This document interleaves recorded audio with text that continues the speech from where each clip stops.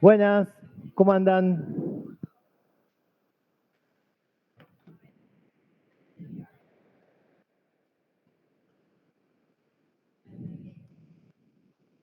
Veo algunas caras felices, veo algunas caras largas y algunas caras con sentido de incertidumbre.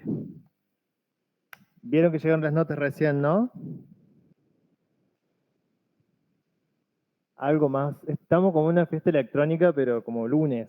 Será como un after esto con esa luz ahí rara que se prende y apaga. Capaz que hay que ver si se puede apagar para que no les moleste la vista.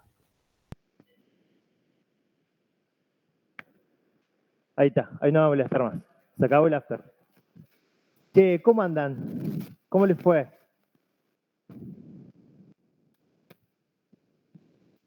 ¿Vos estás chocho? ¿Por un 5 generoso? Sí, los que son 5 eh, es porque tuvieron como mucha suerte de que hicieron eh, o 10 preguntas válidas del múltiple opción o 5 o 9 preguntas válidas y escribieron algo ahí en desarrollo llegaron en 5. Después hay muchos 4, bueno, si quieren podemos conversar un ratito sobre los exámenes, sobre cómo se sintieron, sobre si hubo alguna dificultad en general. Yo hay algunas cuestiones que sí les quiero decir. Tampoco es para que ocupemos toda la clase en eso, pero sí decirles lo siguiente, que, bueno, ya están las notas, para quien no la vio, está en el aula virtual. Dentro del aula virtual, bueno,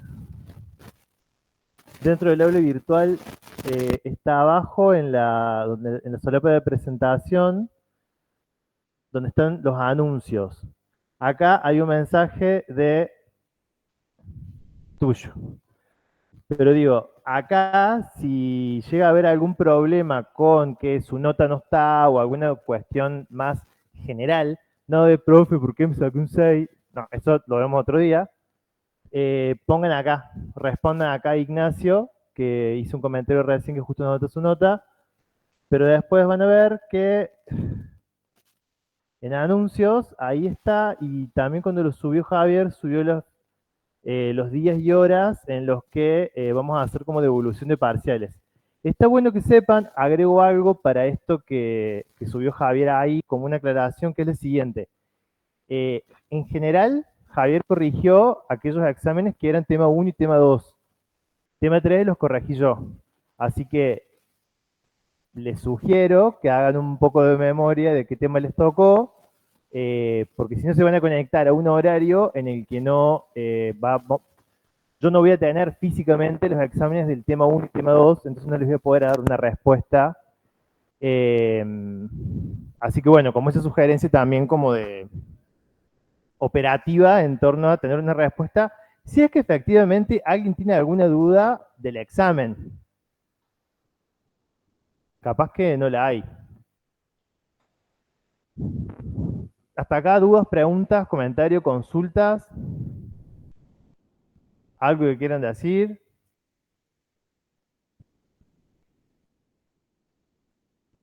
Mucho sueño, ¿no? Yo estoy igual. Nada.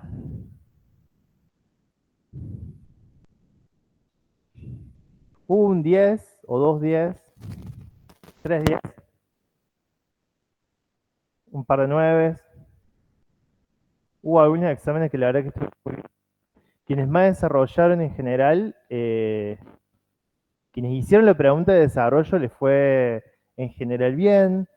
En general creo, al menos por los que corregí yo, que eran los de la unidad 3, que hubo como un error y que estaría bueno que lo pensemos respecto de la interpretación de las consignas.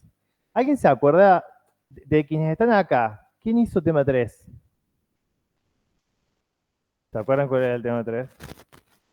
Tema 3 era el que finalizaba con una pregunta que le pedía que describiera características de la perspectiva crítica en comparación con la naturalista. el naturalismo. ¿A vos te tocó? Sí. ¿Cómo? Ah, bueno, no sé, capaz que él se llevó más, puede pasar. Ahí lo revisamos. Después hacemos acordar y lo vemos. ¿Cómo es tu apellido?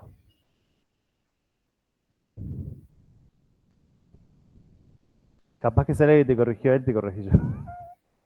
Después lo vemos. Pero está bueno chequearlo ahí. Eh, no te puede haber tocado solamente a vos el tema 3. Tiene que haber más personas a las que les tocó el tema 3. A vos, cuando son dos, ¿quién más? Gracias. Bueno, son un par más. Capaz que no se acuerdan qué es lo que le tocó responder. O capaz que lo omitieron en la respuesta y solo completaron los choice, que hubo algunos casos, varios, que pasó eso. Para quienes tenían ese tema, y digo, para intentar ir como a pensar como un criterio o alguna cuestión más a tener en cuenta para próximos exámenes. Si la pregunta es en torno a conversar características referidas a la perspectiva crítica, pero les dice que sea a partir de contraponerlo, poner en discusión el naturalismo, ¿de qué unidad está hablando? ¿Cuál? Vos decís 1 y vos decís 2. ¿Alguien más dice la 2? ¿Alguien más dice la 1? ¿Por qué sería la 2 o por qué sería la 1?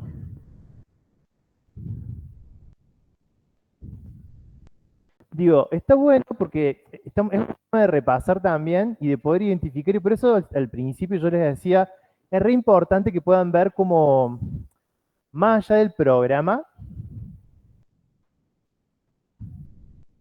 hola, ¿cómo andan?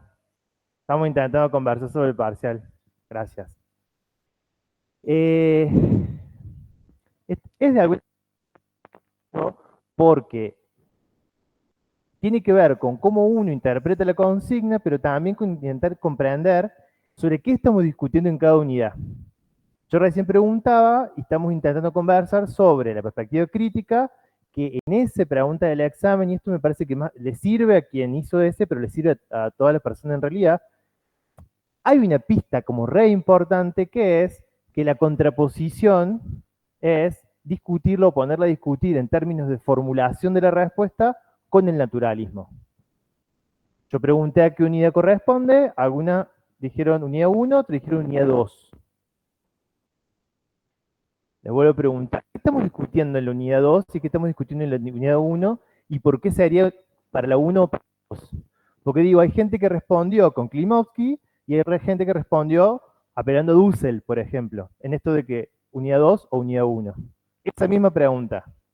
¿Estuvieron bien y otros estuvieron mal? Anímense total, el examen ya pasó. De ahora hasta la próxima instancia es volvemos a nuestra modalidad normal de no evaluación, siempre un espacio de aprendizaje. Uno aprende más muchas veces como revisando lo que hizo más que... ¿Por qué sería unidad 2 o unidad 1? Lo dijeron ustedes, no lo dije yo. Salud.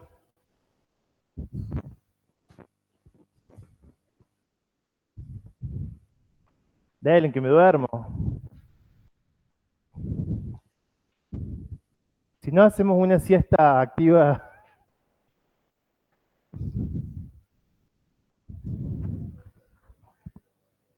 Alguien valiente. Bueno, les agradezco que estén agarrando el apunte. Eso es un buen indicio a quedarse de duros y duras así.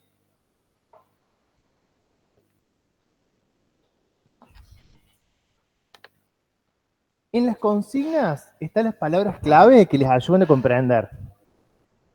Les propone, en la unidad 1 y en la unidad 2, hablamos de dimensiones y perspectivas críticas. ¿Verdad? Ahora bien, la discusión en una unidad está ligada fuertemente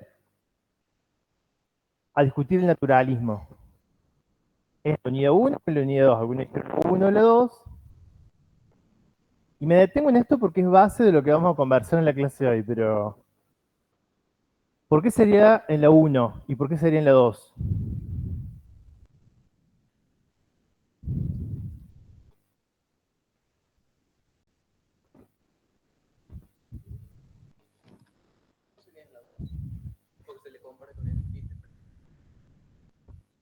¿Cómo era tu nombre? Agustín dice que sería en la 2 porque hay una comparación con con el interpretativismo. Muchas gracias. Eso dice Agustín. ¿Alguien coincide con Agustín? Y el comprensivismo. Comprensivismo con las dos. Son esas tres que discuten. De las defensoras o defensores de que es de la unidad uno.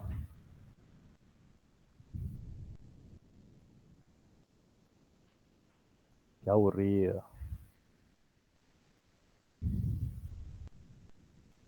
Yo estoy re en contra del conductismo, pero voy a empezar a aplicar incentivos para quienes tengan participación más activa. Creo que es una etapa bastante dura del desarrollo, pero me parece que por ahí puede colaborar.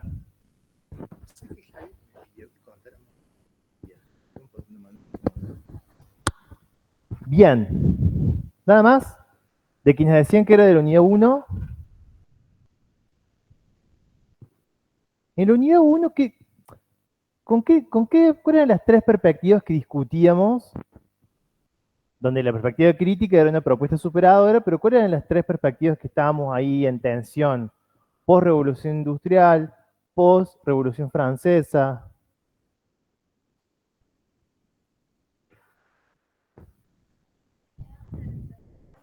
y modernismo. En ese marco, pero vinculado a la perspectiva crítica.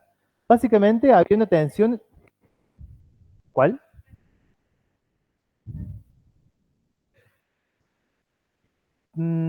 Sí, pero en términos de perspectivas, no está mal lo que estás diciendo, pero en términos de perspectivas, ¿de qué hablábamos?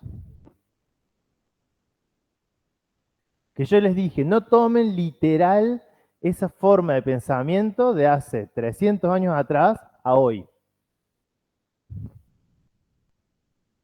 Lo tenés en la punta de la lengua. Decilo. Oh.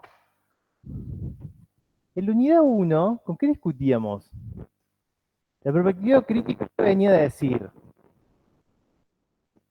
mismo, en ese momento, creo que hablábamos de Comte y Marx como tres referentes que discutían en ese momento, en la unidad uno.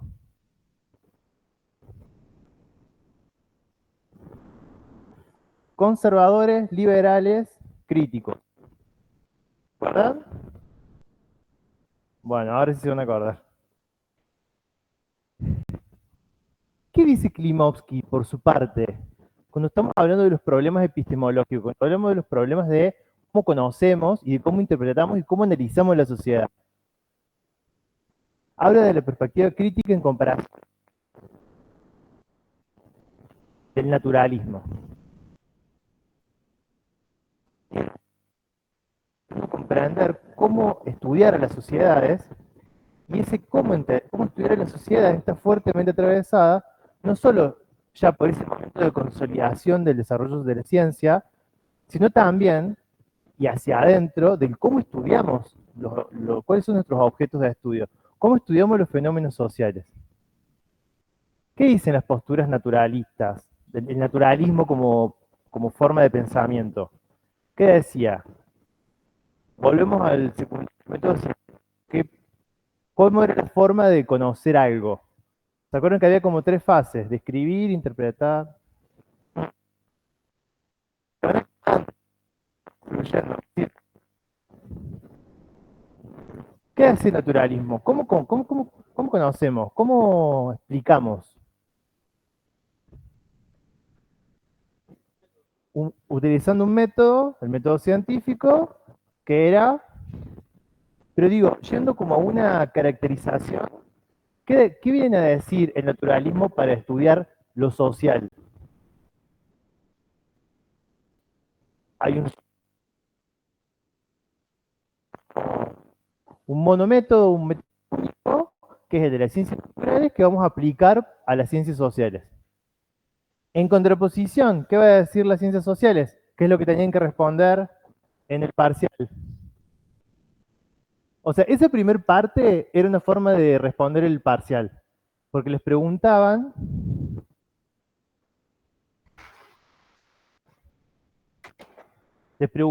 que define las características de la perspectiva crítica en contraposición del naturalismo.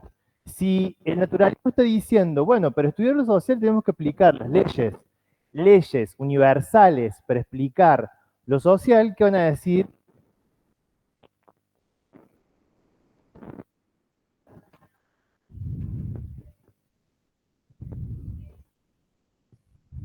El contexto de producción del conocimiento, las condiciones, hay un conjunto de elementos que nos impiden, que nos es frazada corta para poder comprender los fenómenos sociales. Entonces, para aquellas personas, digo, y está bueno, porque lo vamos a tomar ahora, pero también porque, digo, había una pista re interesante, porque si el parcial les hubiera dicho, fundamente la teoría crítica, la perspectiva crítica en contraposición del conservadurismo o liberalismo, unida 1. Si les decía la crítica en contraposición al naturalismo, unida 2. Digo, y en eso está bueno, porque si bien estamos hablando de perspectiva crítica, no es siempre lo mismo, digo. Había 2 o 3 parciales que decían la perspectiva crítica se caracteriza en ser crítica de las cosas. Bueno, un poquito más. ¿Qué de más allá vamos a decir sobre eso? Y otra recomendación es que si les dicen 10 renglones, usen 10 renglones, no importa que se pasen a 11, pero no usen 2 renglones en repetir la consigna. La perspectiva crítica en contraposición del naturalismo es, o sea, como hay gente que ocupó como 2 párrafos en reproducir de nuevo lo que decía la pregunta, es como que empezaron a tomar carrera para salir a correr, pero bueno, se ocuparon como 2 renglones y les quedaron 8 para responder lo que era lo central. Y en esos momentos en donde ustedes les dicen 10, si ustedes tuvieron un parcial a desarrollar en el que pueden explayarse todo lo que quieran, ahí sí ustedes pueden hacer un entre lo que estamos viendo en la unidad 2, tiene un diálogo con lo que vimos en la unidad 1. Digo, ahí sí está bueno que ustedes, que probablemente en un parcial más adelante, sí haya otro momento donde ustedes se pueden explayar un poquito más. Pero en este, como es bien sintético y le decían 10 renglones, esto no está mal para aquellos que se fueron un poquito más allá y respondiendo a la pregunta agregaron cosas, pero digo, para la próxima, circunscríbanse a lo que les pregunta. Si les queda tiempo, si tienen ganas y quieren agregar más cosas, yo soy de la línea, no está mal. Pero bueno, tienen que conocer esos criterios de esos profes que probablemente otros les digan, no, esto es mucho texto, chau, no se preguntó esto. Y sería válido porque tiene que ver con un criterio de consigna. Hasta acá dudas, preguntas, comentarios. Sí.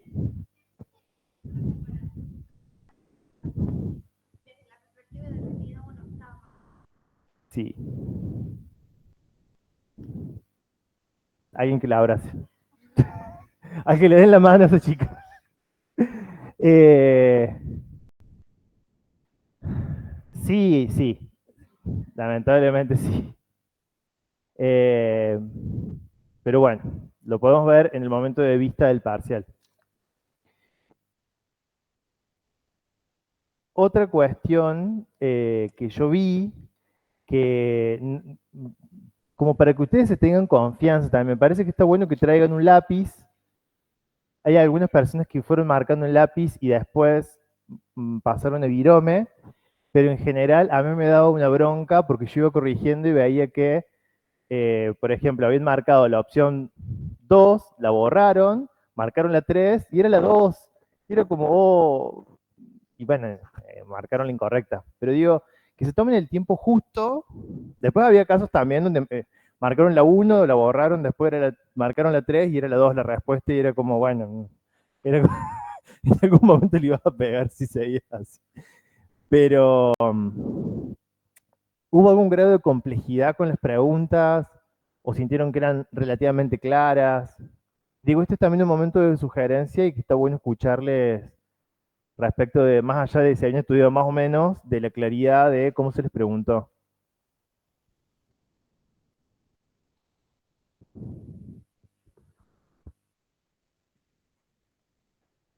Que estuvo divino.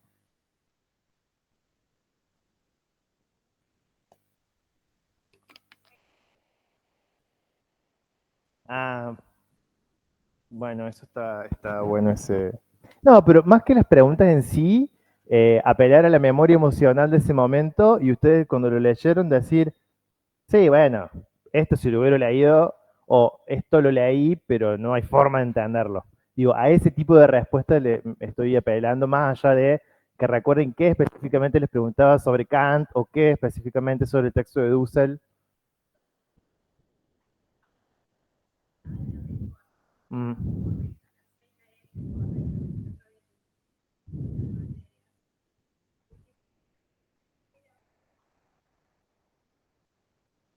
una-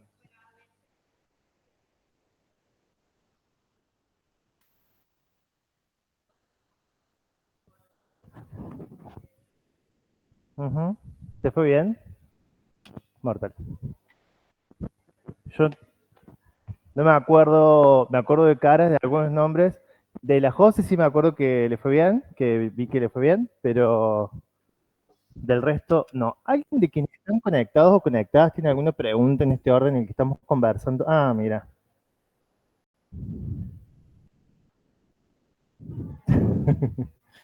Bueno, me alegro, Martínez.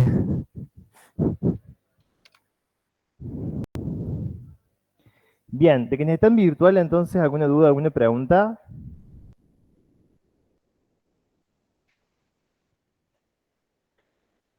Bueno,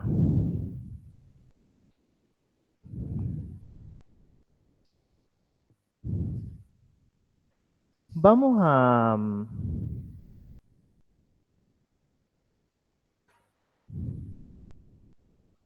Qué difícil.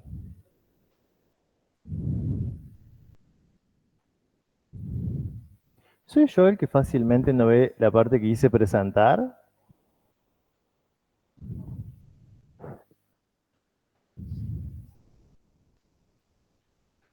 Como que no está muy a la vista. No, arriba, abajo a la derecha. Esta pestañita. No. Bueno, quienes están conectados, conectadas pueden ver bien ahí, se lo voy pasando así. Alguien que porfa lo diga en voz alta porque no estoy viendo la pantalla.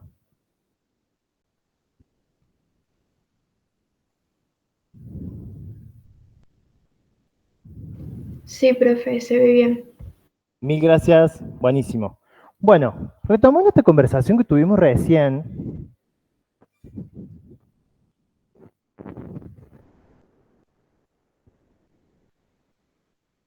retomando esta conversación que teníamos recién sobre, principalmente sobre las condiciones de, que era lo que preguntaba justo esa consigna que tiene que ver con las condiciones de producción del conocimiento, es que vamos a entrarle a un tema y vamos a estar como dándole un cierre, como yo les ponía ahí esta semana, a la unidad 2, se pasó volando, una parte ya fue evaluada y otra parte va a entrar para el segundo parcial. Y en esta lo que estamos trabajando, lo que estamos viendo es que en la unidad 1 dijimos, estamos en un momento, o estuvimos caracterizando en términos históricos, políticos, sociales, culturales, en esta discusión que la compañera de apellido Vera, que no me acuerdo el nombre ahora, ¿cómo? Vivas. ¿Y tu nombre? En lo que Gaby recién decía de, bueno, estábamos discutiendo sobre cómo impactaba, cuál era la dimensión de la modernidad, el modernismo y la modernización. Vimos que en ese marco se institucionalizaron, digo, hay un contexto de institucionalización de la ciencia y en particular empezamos a hablar de la institucionalización de las ciencias sociales. Algo que me preocupó un montón en el parcial y se los digo también, que yo decía, ay no, me sangran los ojos cuando leía esto. Cuando hacían la explicación del naturalismo decían, el naturalismo es objetivo y es científico. La perspectiva crítica es subjetiva. Tipo, no hay ciencia. Digo, ambas perspectivas separan el desarrollo de la ciencia, solo que el naturalismo se va a anclar en un método científico vinculado y ligado estrictamente al modelo explicativo de las ciencias naturales. Intenta hacer la perspectiva crítica, es decir, los explicativos dentro de las ciencias sociales que se desarrollan en ese contexto y que vamos a poner a discutir para explicar esos problemas sociales. De hecho, lo que vamos a ver hoy es eso, con las condiciones de producción que atraviesan producir conocimiento. Entonces, para aquellos o aquellas que en el parcial pusieron el naturalismo se basa en la ciencia y la cuestión objetiva, y el otro es subjetivo y no, yo solo quiero decir ahí que justamente la perspectiva crítica lo que viene a decir es imposible hablar en ciencias sociales de la objetividad como algo lograble en sí mismo. No quiere decir que uno no tienda a procesos en donde la objetividad es un faro, pero digo, lo más honesto que podemos hacer es poner sobre la mesa todos aquellos elementos que están presentes en ese contexto de producción de conocimiento y que eso sea un elemento a analizar para pensar cómo estudiamos los problemas sociales, porque nosotros no estamos haciendo estudio de probeta.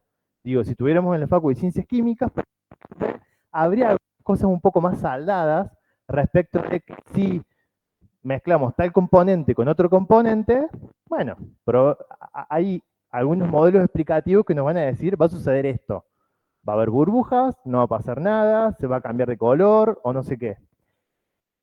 Si lo trasladamos a un problema nuestro, un problema disciplinar, si intentamos, no podemos explicar de manera unicausal, o yo creo que eso pasa un montón, digo, si quisiéramos explicar, por ejemplo, la inflación o la variabilidad de las tasas monetarias, ¿podríamos decir que hay un solo factor o un solo elemento que nos permite explicar eso? Y yo les digo que no. Digo, me salto a hacerles la pregunta y les digo no. Y fíjense que para mí hay una base re interesante, porque en esto que vamos a conversar hoy, hasta el día de hoy, sigue habiendo una apelación, diría yo, a modelos explicativos que en una línea de esta perspectiva no naturalista, pero bien nutrida del positivismo que dialoga con eso, e identificando como modelos únicos explicativos y no considerando este otro conjunto de elementos, intentan dar respuestas a problemas complejos y así estamos como estamos. Digo, no en términos sociales, sino en términos de explicación de lo que pasa.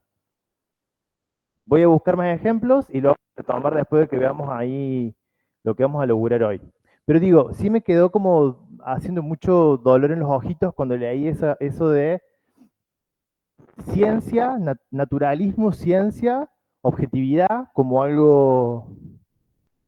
Porque aparte, quienes estamos en esta aula, en esta facultad, tendríamos que tener la capacidad de poder, situándonos en esa otra perspectiva, en la perspectiva crítica, poder mirar ese otro conjunto de factores, porque el día de mañana nos contratan para hacer una asesoría, dirigimos una empresa, somos decisores o decisoras gubernamentales, y en ese momento tenemos dos opciones, apelar a respuestas únicas o apelar a poder comprender esos problemas justamente para hacer la asesoría, para hacer nuestro trabajo, a esa multicausalidad que está presente y que nos atraviesa.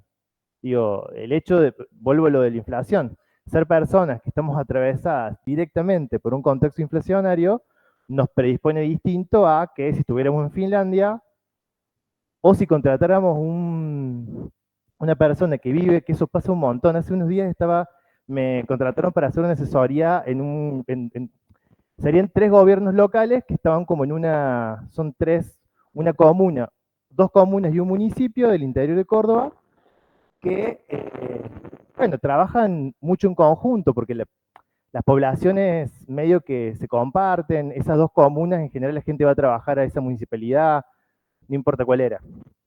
Y habían contratado para pensar, ellos tienen un polo industrial y habían contratado a una persona de otro país con un contexto muy distinto y les daba recetas de qué es lo que tenían que hacer, que eran algo, bueno, un poco distintas a lo que pasaba en su realidad.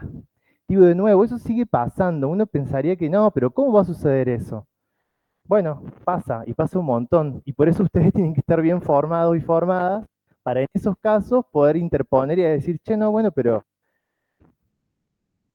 la evolución del desarrollo económico en tal zona de la provincia de Córdoba tiene estas características que no son susceptibles de ser intervenidas o leídas desde este tipo de teorías. Digo, y eso es un conocimiento que ustedes van a saber, que empiezan en esta materia a ver esa multiplicidad de miradas y que a lo largo de la carrera ustedes van a ir construyendo un bagaje, van a meter en su mochila muchos elementos que les van a permitir tener muchas herramientas para poder interpretar esa realidad.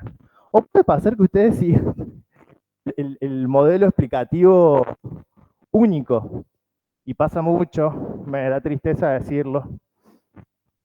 Pero bien, situándonos, van a ver que vamos a trabajar dentro del material con este segmento de la página 65 a la página 77.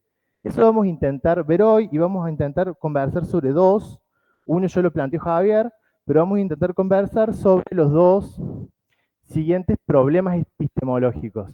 Cuando hablamos de problemas epistemológicos, yo no sé si en ese sentido lo conversaron así con Javier, pero los problemas epistemológicos de lo que se centran es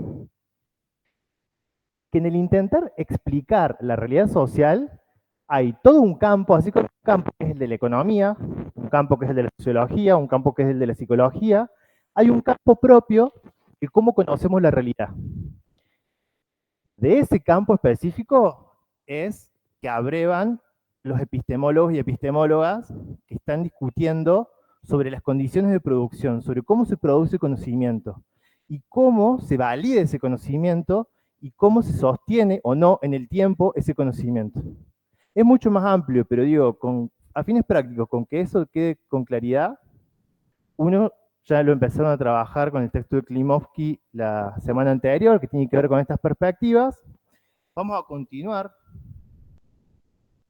hablando de perspectivas y nos vamos a situar más fuertemente, en este caso, en dos. Una que tiene que ver con la tensión entre dos miradas, que son las miradas individualistas y las miradas holistas, y cómo apelamos a modelos explicativos justamente para explicar los fenómenos sociales.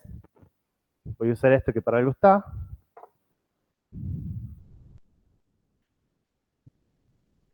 Que es este. Y vamos a centrarnos en partir de la idea de que hay un contexto de producción de conocimiento y que hay algunas características que están ahí sobre la mesa. Y a partir de eso vamos a llegar a este tercer problema, que es el que yo le decía recién, esta discusión entre aquellos abordajes metodológicos de carácter individualista o de carácter holístico. Yendo el primero, me parece que eso está después en el aula virtual, si ustedes lo quieren mirar. Yo voy a ir haciendo algunos comentarios medio generales y voy a ir siguiendo. Pero el material de cátedra y los textos que ustedes tienen ahí disponibles tienen como una idea que está como muy presente, que es la idea de huellas. ¿Qué es una huella? Dejaste una huella en mi corazón. Una marca. Ujú. ¿Qué más? ¿Qué es que algo deje una huella? Es dejar una marca, como dice, no era, ¿verdad? No es. Yo de a poco, capaz que en 4 años me voy acordando los nombres, pero voy a hacer el esfuerzo. Es como mi variable de hacer un crucigrama para ejercitar la memoria. Bueno, como dice Noé, tiene que ver con dejar una marca. ¿Con qué más? Que esta es la discusión central que les va a permitir comprender todos los textos. O la unidad 2, les diría yo.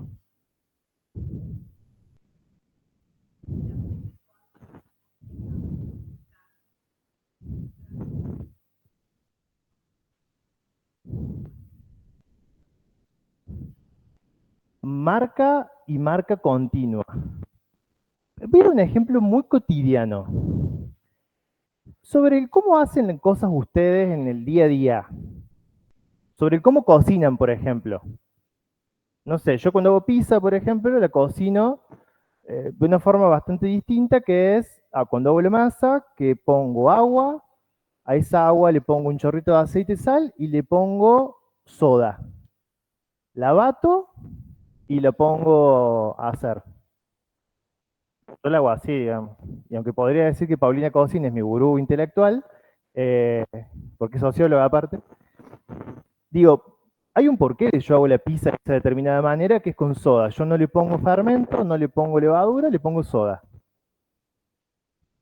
¿Alguien más tiene alguna cosa que haga en su vida? No hace falta que la explique, pero digo, que haga en su vida que es de determinada manera y que capaz que va cuando la casa de otra persona y dice, ah, mira, yo la hago esta distinta. La forma de estudiar. Sí, yo me fui a algo súper coloquial para distender, pero sí, la forma de estudiar, ¿qué más?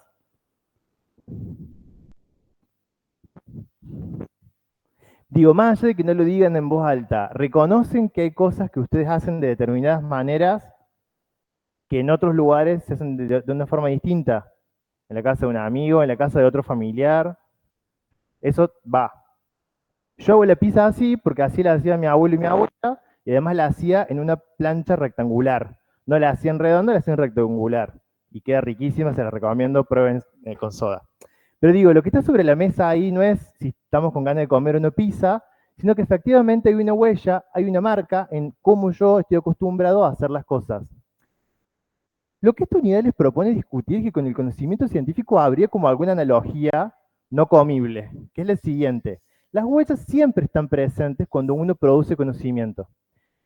Vamos a ver, o estamos viendo, que desde hace muchos años hay un conjunto de teorías y modelos explicativos que están intentando decir la realidad se explica de determinadas maneras o apelando a determinados elementos.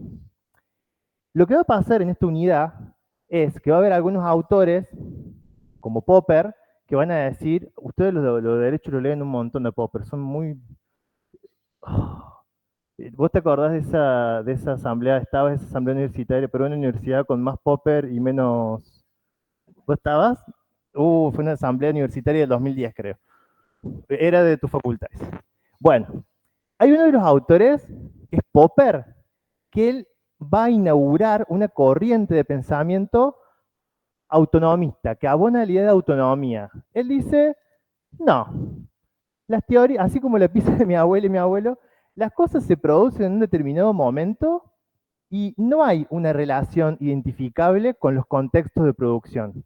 Si uno aplica una determinada teoría en un momento posterior, daría, habría una forma explicativa que se explicaría de manera igual.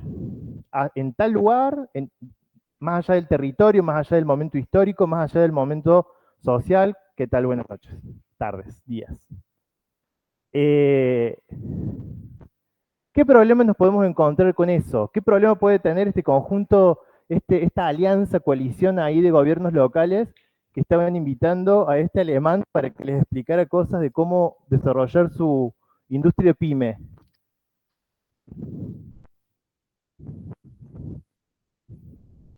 ¿Hay un modelo explicativo?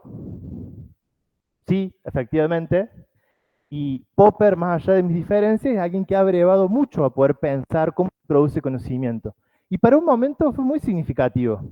De hecho, más allá de mi no coincidencia epistémica, sí hay que reconocer su inauguración del campo de discusión. Ahora bien, él va a inaugurar, como les decía, una forma de poder pensar la producción de conocimiento, es decir, de qué manera discutimos cómo analizar las cosas y cómo reflexionar sobre las cosas que pasan, de cómo estudiarlas, como decía Noé, que dice que hay autonomía entre la producción del conocimiento y el contexto de producción de conocimiento. Si volvemos a la unidad 1, Marx, de la perspectiva crítica, o los liberales de post-revolución francesa, ¿qué le van a decir? Tanto los liberales como la perspectiva marxista. Y no, hermano, hay un mundo distinto. Los liberales le van a decir, hay que romper con el modelo dogmático, y la perspectiva marxista le va a decir, hay que romper con el modelo dogmático, y hay un modelo de industrialización que ha cambiado las reglas de juego. Ya no es más el sistema feudal, estamos hablando de modelos que tienen la industrialización. Volvamos a la unidad 2. ¿Se entiende por qué habría como alguna dificultad en eso que propone Popper respecto de esta disociación? ¿Más o menos? ¿Sí? ¿No? ¿Alguien dice que no y volvemos a pensar algún ejemplo o algo? ¿O yo doy por hecho de que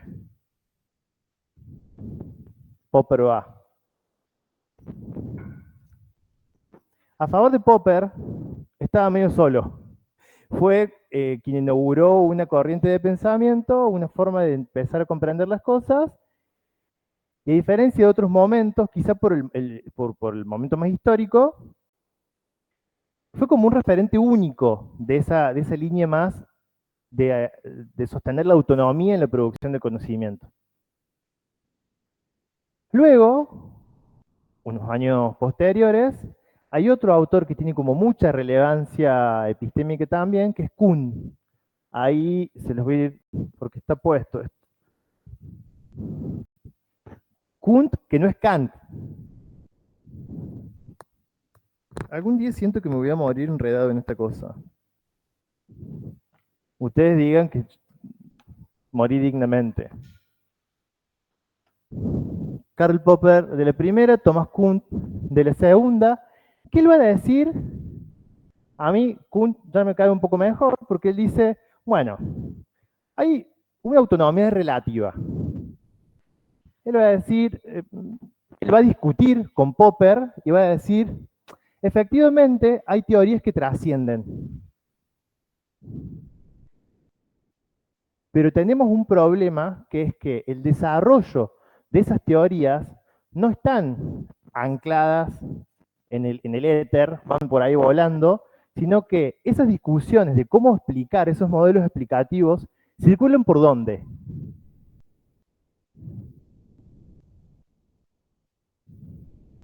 ¿Dónde estamos? Si me dicen el Super Park, yo me voy. No estamos en el Super Park, no estamos en el Parque de la Costa, ¿dónde estamos? En una universidad. Digo, lo pensemos un par de años atrás, vamos a pensar en aquellas instituciones dedicadas a la formación, al desarrollo científico, a la formación de investigadores e investigadoras, a, a generar las condiciones de escritura. ¿Se acuerdan que en unas clases anteriores yo les decía, es muy difícil comprender, o va a haber un grado de complejidad en algunos textos que ustedes se van a encontrar, como el de Kant, que él no está escribiendo para estudiantes de las 3 carreras de la Facultad de Ciencias Económicas para el 2025. Él escribe sobre problemas propios de su época, y de hecho la escritura es más artística. No es como hoy se van a encontrar un libro producido como si es el material de la cátedra, que está más pensado en términos pedagógicos para ustedes.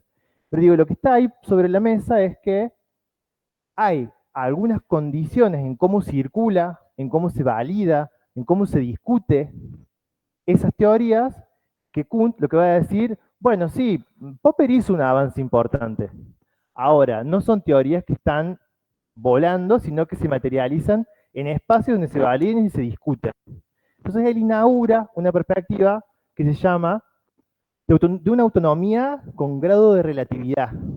Es decir, hay que discutir particulares. ¿Hasta acá vamos? Bien. Gracias por hacer así con la cabeza. Porque... Por último, y esto me parece que está bueno que ustedes puedan, no siempre, pero se los digo para después, que en esta idea de lo que inauguró Popper con la autonomía total, en general se van a desarrollar las perspectivas que en términos metodológicos intentan estudiar a las sociedades con modelos individualistas. Y en general, digo, no de manera totalitaria, pero en general, en aquellas corrientes donde el holismo tiene fuerte raigambre de justificación y fundamentación, van a estar sustentadas en aquellas referencias constructivistas o de la escuela crítica. Y eso es como bastante importante, porque que es lo que vamos a ver en el momento 2, pero cuando hablamos de holismo, ¿alguien escuchó la palabra holismo alguna vez? Hoy se reusa, pero para otras cosas. Vamos a intentar hacer algún encuentro más etimológico de la palabra. ¿Nadie fue nunca a un centro holístico? Nadie pasa, sí, pues yo no voy, pero digo, nadie fue por la calle y decía centro integral holístico de estética holística. ¿No vieron nunca? Vos sí. No, Córdoba está lleno, digo, sin irme más lejos, pero a mí me van a perdonar, yo siempre hago estos reduccionismos y coloquialismos, pero a mí me parece que están buenos para intentar ver eso, cómo esas palabras son reinterpretadas en otros momentos y otros contextos. Esta visión, la perspectiva que discute la autonomía total, dice, todo bien con Popper, todo bien con Kuhn, pero es imposible disociar la producción de conocimiento de aquellas condiciones de producción de conocimiento. Es decir, digo, si uno se pusiera de una manera muy estricta, ¿cómo nos criamos? ¿Cómo estudiamos? ¿Qué leímos? ¿A qué hemos tenido acceso? Más allá de cómo pensamos. No sé, si yo agarro, por ejemplo, a mí me pasó en las casas de mis dos abuelas y abuelos, que en una había una biblioteca más nutrida de libros muy reflexivos y creativos, y en la otra, no. Era una cosa que no apelaba mucho a la creatividad. Y yo leí de los dos, pero porque a mí me gustaba leer. Pero puede ser que yo haya tenido solo disponibilidad de estos textos o solo disponibilidad de estos otros textos. A lo que me refiero es, más allá de nuevo de un reduccionismo, que las instituciones de formación, y pensémoslo hace 300, 400 años atrás, han tenido un parcial abordaje y desarrollo para comprender. No toda teoría ha llegado a ser consagrada en una currícula académica. Entonces, lo que dicen los críticos es, ojo, porque hay un montón de cosas que nos atraviesan en el cómo reflexionamos en torno a la realidad, que tienen que ver desde cómo nos criamos hasta qué leímos y qué estudiamos para poder interpretar. Hay un sesgo ahí. Ese sesgo siempre va a estar presente. Y sería una mentira o un error decir, no, es objetivo. Lo que yo digo es objetivo porque soy economista, porque me recibí de economista, entonces mi interpretación sobre algunos datos del PBI es tal. Bueno, sí, discutamos.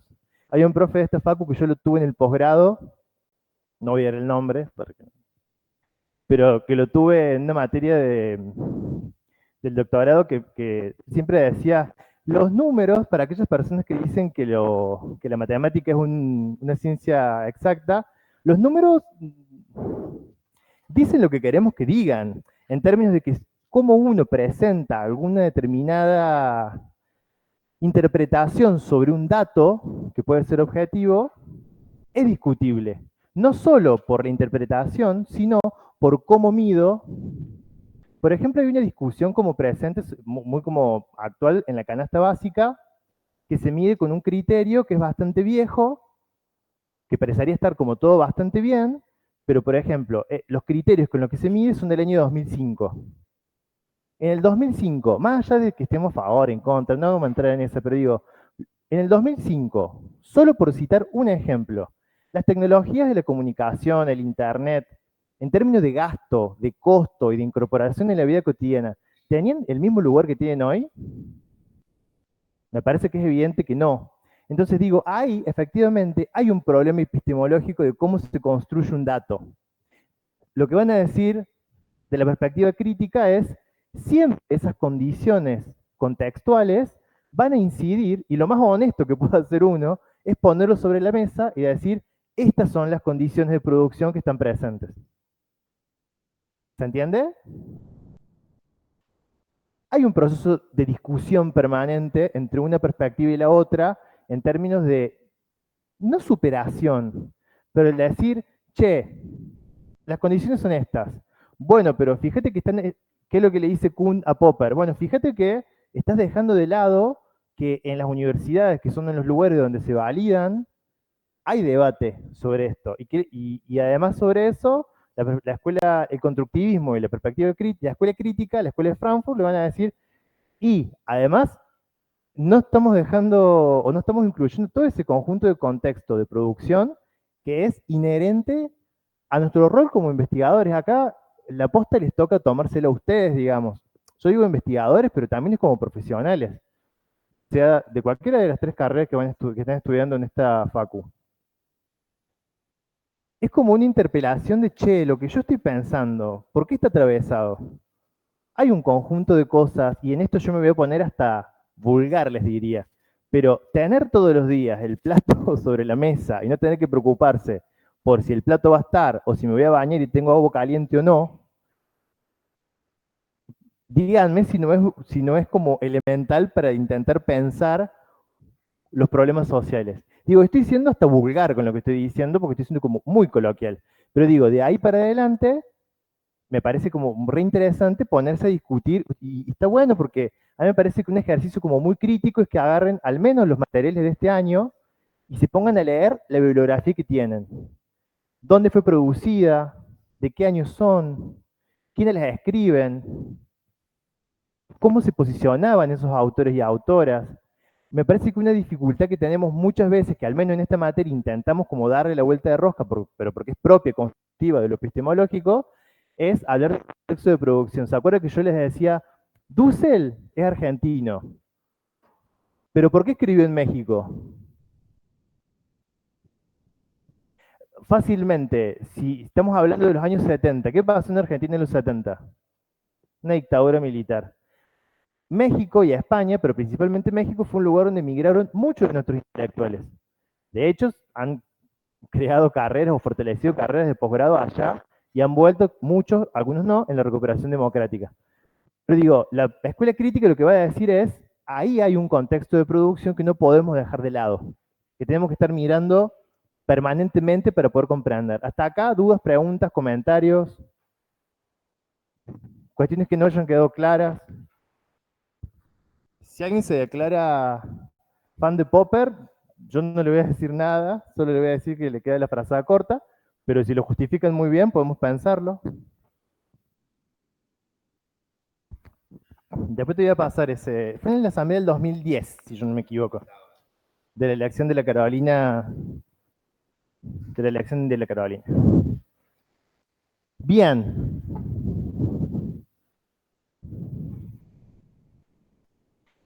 Ustedes después en el texto se van a encontrar con que hay dentro de estas tres, eh, bueno, desarrollos propios, mucho de lo que está en esto, digamos, y después ustedes lo van a ver, pero hay. Fíjense lo que dice la autonomía total, lo que dice Popper.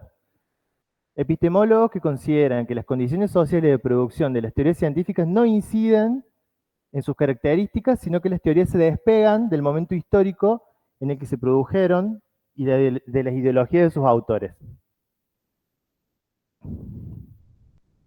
La autonomía relativa, y Kuhn va a decir, sostienen que las teorías científicas son relativamente autónomas en sus condiciones de producción.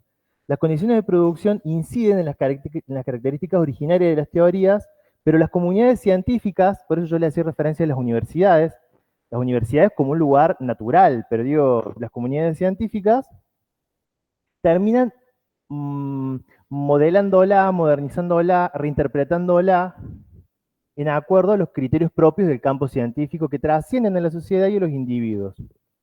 Y en tercer lugar, la escuela crítica va a decir los epistemólogos que consideran que el entramado social y las relaciones de poder están en el corazón de la teoría científica, y de que las huellas nunca se borran, que están ahí. Esto que yo les decía, lo más honesto es decir, todo esto forma parte del contexto de producción de la ciencia. Todo esto me atraviesa a mí como persona que hace una interpretación y una valoración de la realidad social, y eso tiene que estar sobre la mesa para poder hacer interpretaciones. Si no, un poco, bueno, lo conversamos el otro día. Hasta acá entonces, dudas, preguntas, comentarios, cosas que no queden claras.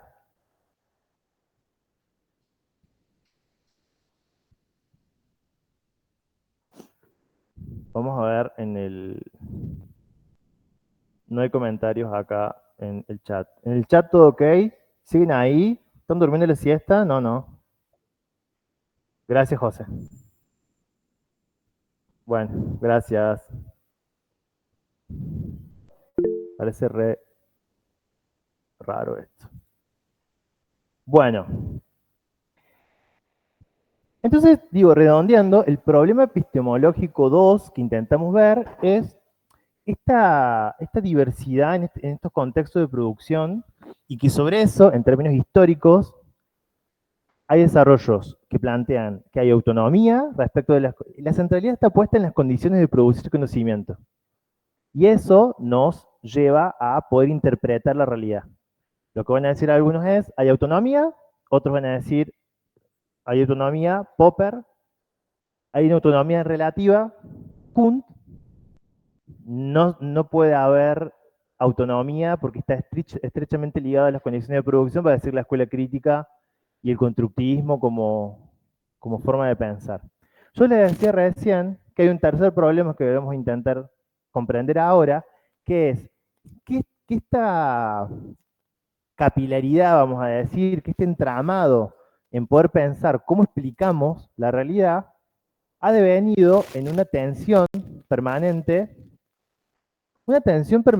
para el campo epistemológico, pero que tiene sus diálogos a otros campos. Por ejemplo, acá la discusión está fuertemente centrada entre el individualismo metodológico versus el holismo como formas de pensamiento.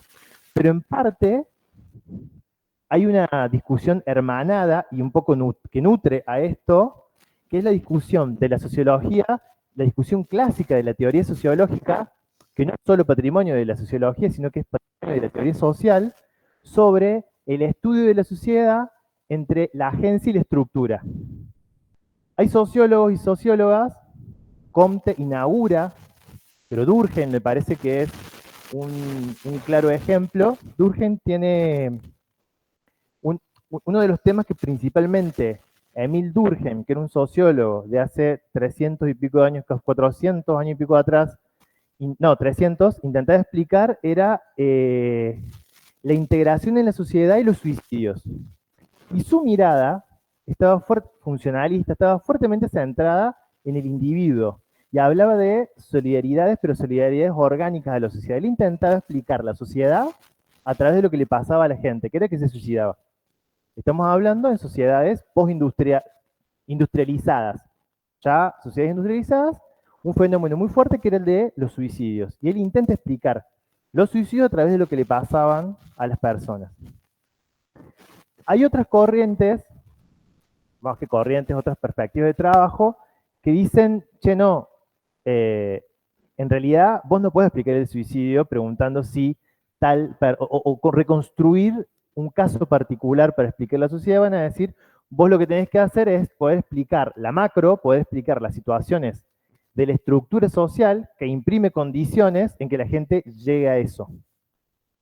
Cada una de las dos tiene limitaciones, porque a veces cuando hacemos una lectura de estructura nos perdemos particularidades, aunque deberíamos captar, y el estudio de la agencia individual, de lo que hace cada sujeto o sujeta, muchas veces nos hace perder de vista el contexto general donde se desarrollan esas cuestiones.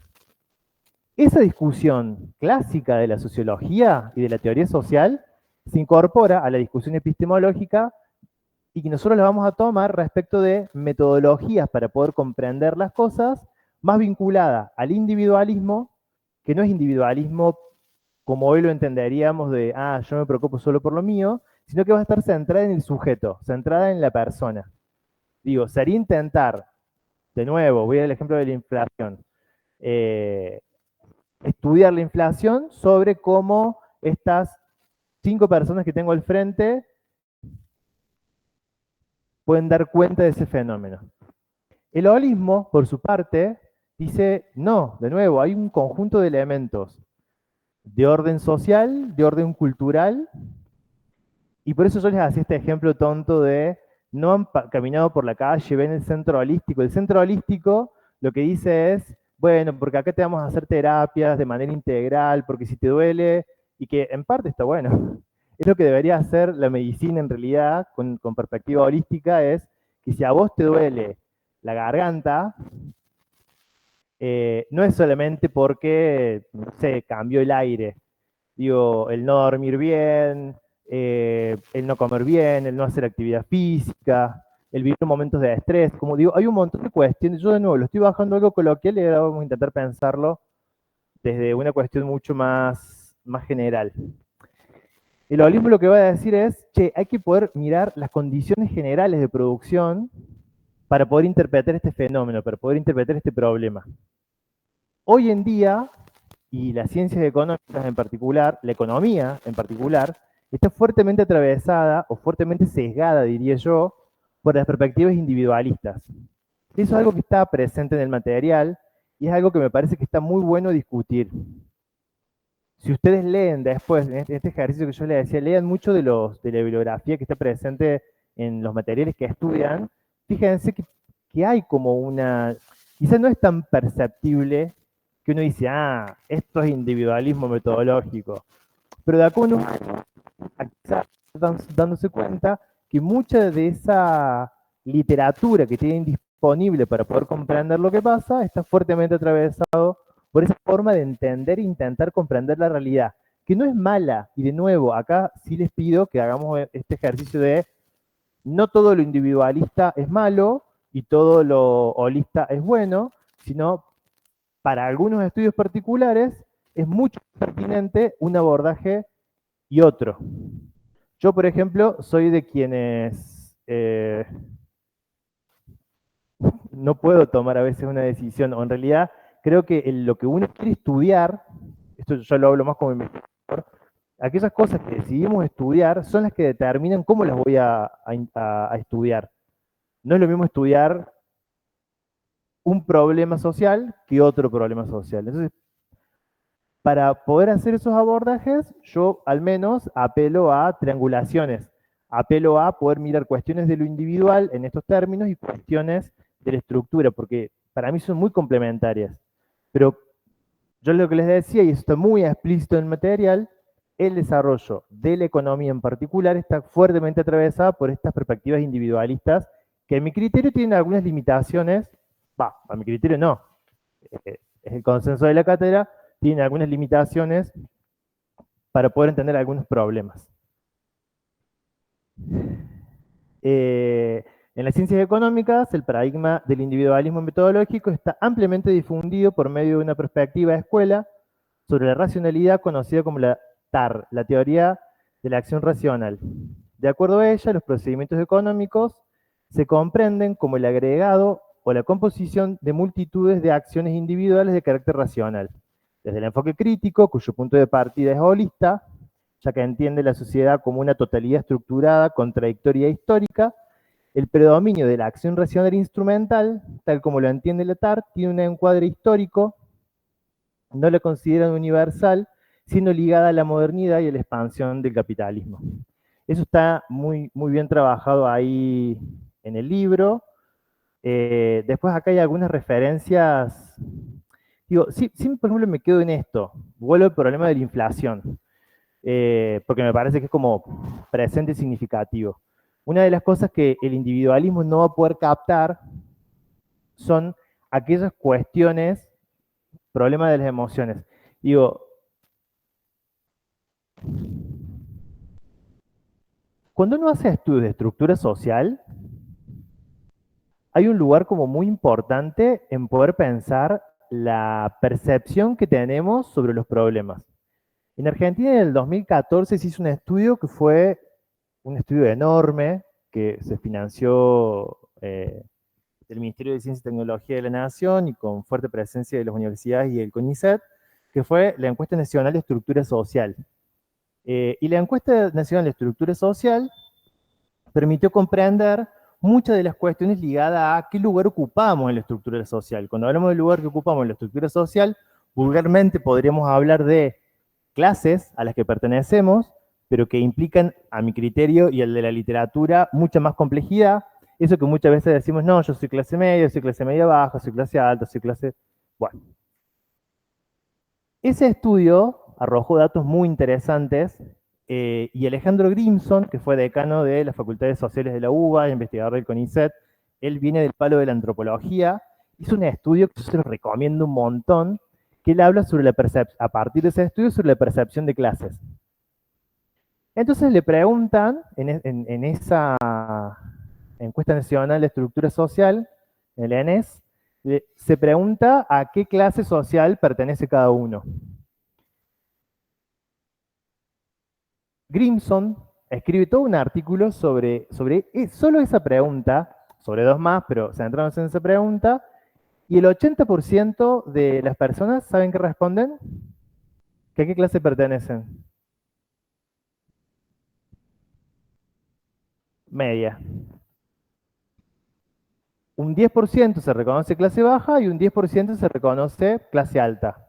Ahora, yo les pregunto, ¿eso tiene un correlato en analizar la sociedad? Más allá de que para mí la frazada de hablar de clases es discutible, pero digo, ¿hay un 80% de clase media en la sociedad cordobesa?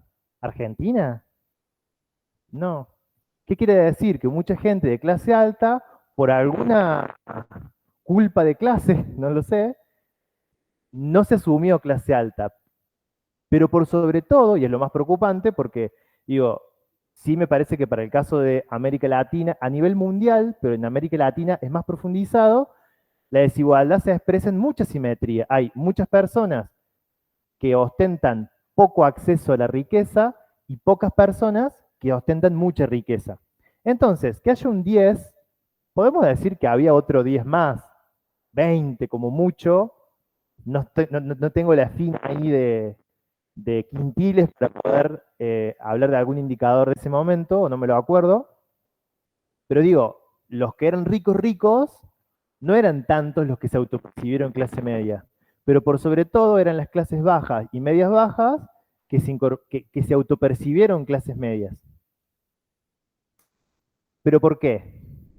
Porque hay un conjunto de elementos simbólicos, culturales y sociales de presencia, de lo que implica ser clase baja o clase media en la sociedad argentina, que es re interesante para conversar y discutir. Digo, 80% y 100 se autopercibió clase media. Entonces, de nuevo, y volviendo a esto, uno no podría o habría algunos límites. Vuelvo al caso de la... Voy a nombrar otros dos problemas. Por muchos años, si uno...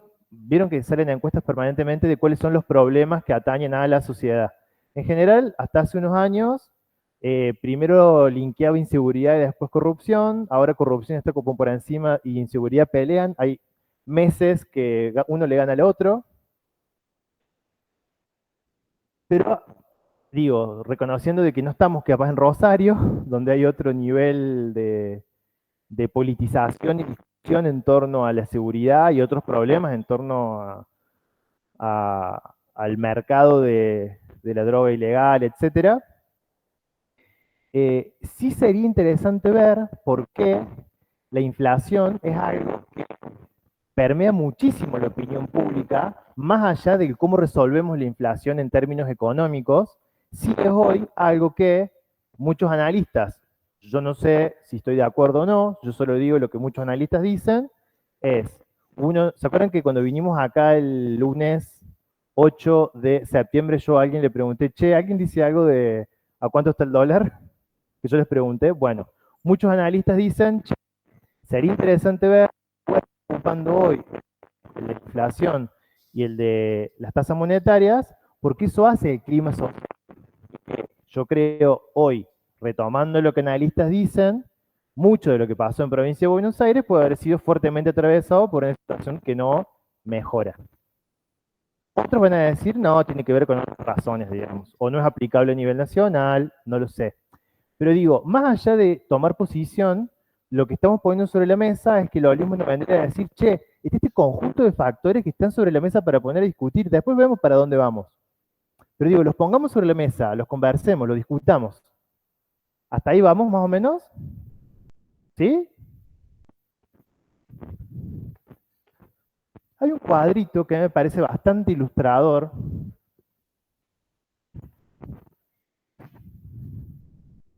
Muchas gracias, como la... Entonces, muchas gracias. En términos metodológicos, lo que... ¿Se puede agrandar esto? Tuki, tuki. Fíjense, este es un cuadro comparativo. Esto es de las últimas cosas que vemos y ya nos vamos, en breve. El individualismo como metodología parte desde las acciones individuales sumadas para analizar la sociedad. De nuevo, no estamos buscando si uno es mejor que el otro. Estamos intentando comprender los contextos de producción para intentar interpretar cómo se produce ese conocimiento y para tomar decisiones después, ¿no? O para entender cómo se han tomado decisiones. El holismo, por su parte, parte del estudio del todo de la estructura para analizar la sociedad. El individualismo asume que la sumatoria de las acciones individuales es suficiente para entender el funcionamiento de una sociedad. En cambio, el holismo asume que las estructuras son las que explican el comportamiento de los individuos, por lo tanto, hay que comprenderlas primero para después intentar comprender las conductas individuales. El individualismo intenta explicar la acción individual y la acción social desde el punto de vista del individuo. En cambio, el holismo intenta explicar... Ay, ¿qué es eso? Ah, ahí está. Intenta explicar la acción individual y la acción social desde el punto de vista de la estructura social. Creo que estos son elementos que están ahí sobre la mesa, que están como interesantes para conversar. Después, hay algunas referencias en términos de los dos, de cuáles son las limitaciones y de cuáles son como las bonanzas. Hay uno, retomo que la lógica de la acción racional está fuertemente ligada a la lógica del razonamiento costo-beneficio y la escuela en el individualismo, y la escuela crítica va a decir, bueno, pero esa relación costo-beneficio que expresan los sujetos no tendrá que ver con algunas cuestiones, con factores o configuraciones de la estructura social que hacen que esos individuos racionalmente tomen algunas decisiones. Y es una postura que intenta complejizar, que se intenta poner, hay focos distintos de dónde analizar, porque ambas tienen una coincidencia que es que intentan explicar a la sociedad. Ahora, metodológicamente, cuando digo metodológico, estoy hablando que la forma en la que intentan comprenderlos son por caminos distintos.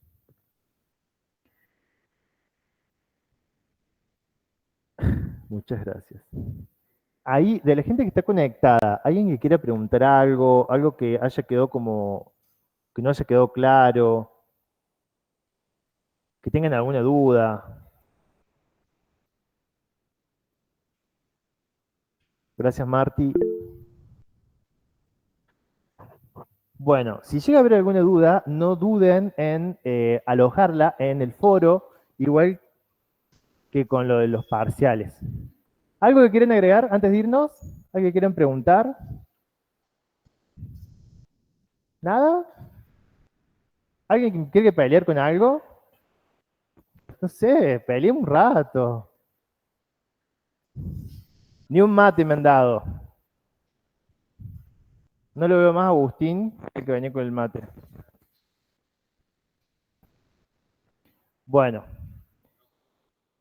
¿Tienen clase el miércoles? Fíjense que están en el aula también los horarios para la vista, para hacer preguntas de los parciales. Si alguien tiene un 9, hola profe, ¿por qué yo no tengo un 10? Le dejemos el espacio a la gente que se sacó un 4 de última, y si quieren que conversemos de por qué, o aquellos que, había muchos casos que, por ejemplo, o al menos de los que yo corregí, que tenían un 5,5. Eso quiere decir que hicieron 13 preguntas de múltiple opción de manera correcta y quedaron en el 5 o apenas llegaron al 6, no solo por el redondeo, sino porque capaz que lo que desarrollaron les faltó como sustento. Me parece que está bueno también que después pensemos en cómo construimos argumentaciones de manera breve, que es re difícil y lo entiendo, pero digo, centrándonos en lo que nos preguntan y en cosas bien puntuales. Pero bueno, eso es algo que ustedes los van a ir como aprendiendo a lo largo de que vayan encontrándose con instancias evaluativas en las que les desafíen a desarrollar cuestiones. Quizá en los